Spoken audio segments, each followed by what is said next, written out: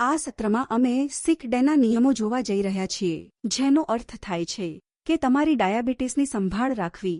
માંદગી દરમિયાન બીજા કોઈની જેમ તમે પણ અમુક સમયે બીમાર પડી શકો છો. ડાયાબિટીસ હોવાને કારણે તમને ખરાબ થવાની શક્યતાઓ વધુ રહેતી નથી. તમને શરદી, ઉધરસ, પેટની ભૂલો વગેરે થવાની શક્યતા વધુ નથી. જો કે તે તમારા ડાયાબિટીસને નિયંત્રિત કરવાનું મુશ્કેલ બનાવી શકે છે. તમને ફ્લૂનો ચેપ લાગી શકે છે અને અમે ભલામણ કરીશું કે તમે દર વર્ષે શિયાળાની શરૂઆતમાં તે લો. જો તમને ખાંસી, શરદી જેવી બીમારી થાય છે, ફ્લૂ કોઈપણ પ્રકારનો ચેપ, આ તમારા બ્લડ ગ્લુકોઝના સ્તરને અસર કરી શકે છે અને સામાન્ય રીતે તે નીચા થવાને બદલે વધુ થવાનું કારણ બને છે. આનો સૌથી સામાન્ય અપવાદ એ છે કે જો તમને માંદગી અને ઝાડા હોય, જે તમારા ગ્લુકોઝનું સ્તર ઉપર જવાને બદલે નીચે જઈ શકે છે, કારણ કે તમે તમારા પેટમાં ખોરાકને શોષી રહ્યા નથી. જ્યારે તમે બીમાર હોવ ત્યારે તમારું ઇન્સ્યુલિન પણ કામ કરતું નથી અને તેથી તમારા ગ્લુકોઝનું સ્તર ઊંચું જાય છે.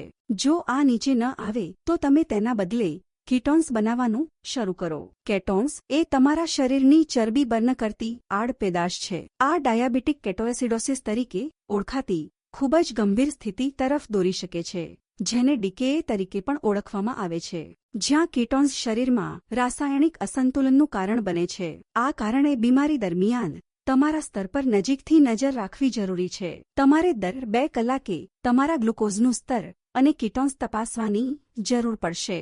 જ્યાં સુધી તમારું ગ્લુકોઝનું સ્તર સામાન્ય શ્રેણીમાં ન આવે ત્યાં સુધી અને કીટોન્સ અદૃશ્ય થઈ જાય. તમારા મીટર વડે તમારા બ્લડ ગ્લુકોઝના સ્તરની જેમ કીટોન્સની તપાસ કરી શકાય છે, પરંતુ તમે અલગ પ્રકારની સ્ટ્રીપનો ઉપયોગ કરો છો. હંમેશા ખાતરી કરો કે તમને ઘરે કેટલીક કીટોન રક્ત પરીક્ષણ સ્ટ્રીપ્સ મળી છે અને તે તારીખમાં છે. બ્લડ કીટોનના પરિણામો પર કામ કરવા માટે તમને ટ્રાફિક લાઇટ પત્રિકા આપવામાં આવશે અથવા તમારા બ્લડ ગ્લુકોઝ મીટર પર તમારા રીડિંગ્સ તપાસવા માટે ટ્રાફિક લાઇટ સ્ટીકર હશે. ટ્રાફિક લાઇટ રંગો વિશે વધુ સમજાવવા માટે, લીલાનો અર્થ એ છે કે તમારી પાસે 0.6 કરતાં ઓછું વાંચન છે. તે સારું છે.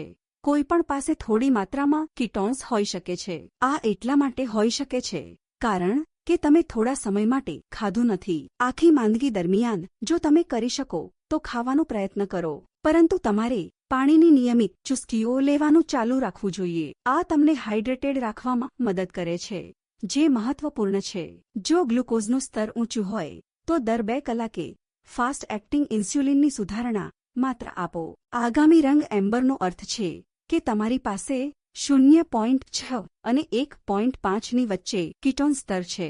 જો આ કિસ્સો હોય તો દર 2 કલાકે ફાસ્ટ એક્ટિંગ ઇન્સ્યુલિનના સુધારણા ડોઝ આપો. તમારા ગ્લુકોઝના સ્તર પર નજીકથી નજર રાખો. હંમેશની જેમ તમારા લાંબા અભિનયનું ઇન્સ્યુલિન આપવાનું ચાલુ રાખો. અંતિમ રંગ લાલ એટલે કે તમારા કીટોન્સ 1.5 થી ઉપર છે. આ ઉચ્ચ કીટોન સ્તર છે જેને તાકીદે ઉકેલવાની જરૂર છે. સલાહ માટે તમારી ડાયાબિટીસ ટીમને કોલ કરો. જો તમારી પાસે લાલ રંગમાં હોય તેવા કીટોન્સ હોય તો તમારે જો તમારા ગ્લુકોઝનું સ્તર અને કીટોન્સ 3 સુધારા પછી પણ નીચે ન આવતા હોય તો તમે વધુ ખરાબ અનુભવો છો અથવા તમે બીમાર થવાનું શરૂ કરો છો, તો તમારે તરત જ સલાહ માટે તમારી ડાયાબિટીસ ટીમને કોલ કરવો જોઈએ. જો તમે નિયમિતપણે બીમાર રહેવાનું શરૂ કરો છો તો શ્વાસમાં કોઈ ફેરફાર દેખાય છે અથવા લોહીમાં શર્કરાના ઊંચા સ્તરો અને કીટોન્સની સાથે સુસ્તી આવે છે, તમારે તાત્કાલિક હોસ્પિટલમાં જવાની જરૂર છે. તમારી આખી બીમારી દરમિયાન થોડું અને વારંવાર પાણી પીવાનું ચાલુ રાખો. જ્યારે તમે સારું અનુભવો છો અને તમને ફરીથી ખાવાનું મન થાય છે ત્યારે તમારા સામાન્ય ઇન્સ્યુલિન ડોઝ સાથે ખોરાક લો. જસ્ટ યાદ રાખો કે જ્યારે તમે બીમાર હોવ, ભલે તમે ખાતા ન હોવ, તમને પાટા પર પાછા લાવવા માટે તમને ઇન્સ્યુલિનના વધુ ડોઝની જરૂર પડી શકે છે. તમારા લાંબા અભિનયના ઇન્સ્યુલિનને સામાન્ય તરીકે ચાલુ રાખવું મહત્વપૂર્ણ છે. તમારું ઇન્સ્યુલિન લેવાનું ક્યારેય બંધ ન કરો. એક પત્રિકા છે જે તમને સિક ડે નિયમોમાં મદદ કરવા માટે તમારી ટીમ દ્વારા આપવામાં આવશે અને તે એપના ક્વિક લિંક વિભાગમાં પણ મળી શકે છે.